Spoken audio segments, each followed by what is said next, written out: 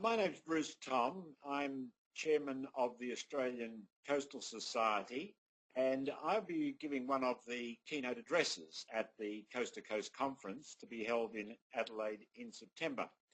The Coast to Coast Conferences are held every 2 years in a different state and bring together various perspectives that we have around the continent about how best to manage and plan for the coastal values that we treasure so much. It is an opportunity really to express views about the different practices that have evolved in different states and local government level.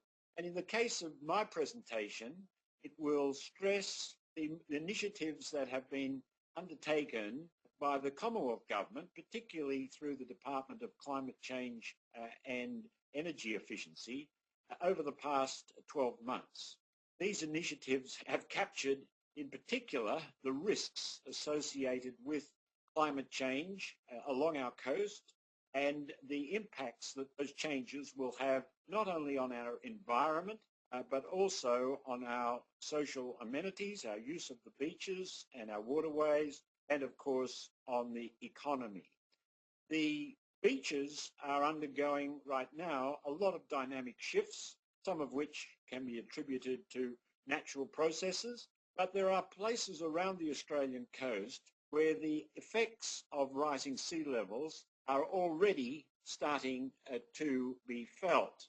This is not only on the open ocean coasts, as you can see from this particular image, but also in our estuaries. And in the estuaries, you see the slow but perceptible erosion of deposits that were formed in the past and have now been trimmed back and eroded the old banks of the estuaries with the collapse of the tea trees, as in this particular case, highlighting the sort of inevitable cutting back and expansion of the shorelines as sea level continues to rise.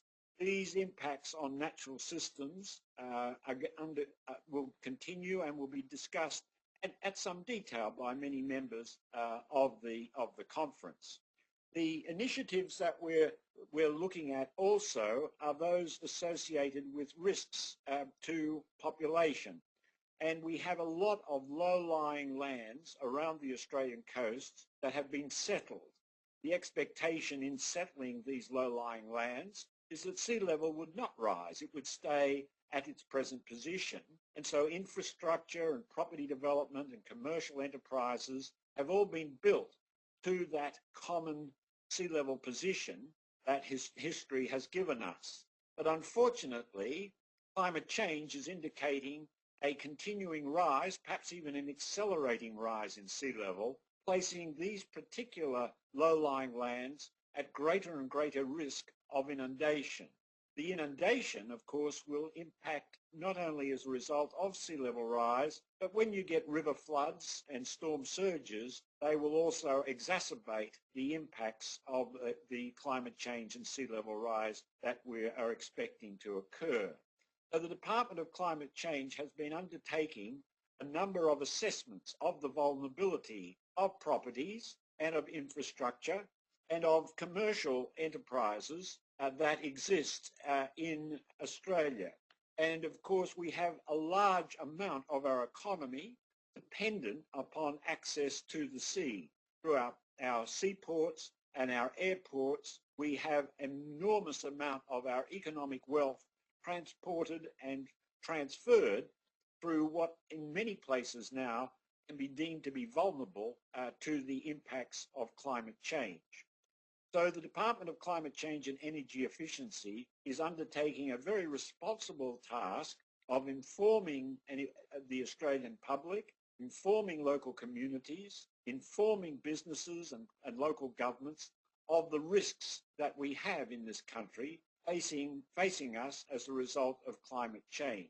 And my talk will try to build on the awareness that we now have of these risks to our environmental assets and to our built assets that Australians with our great love of the coast and living close to the coast, need to understand and be more aware of and need to plan for as these worst case scenarios that we are now expecting more and more start to take effect. Thank you very, very much, and I look forward to seeing you at Coast to Coast 2010 in Adelaide.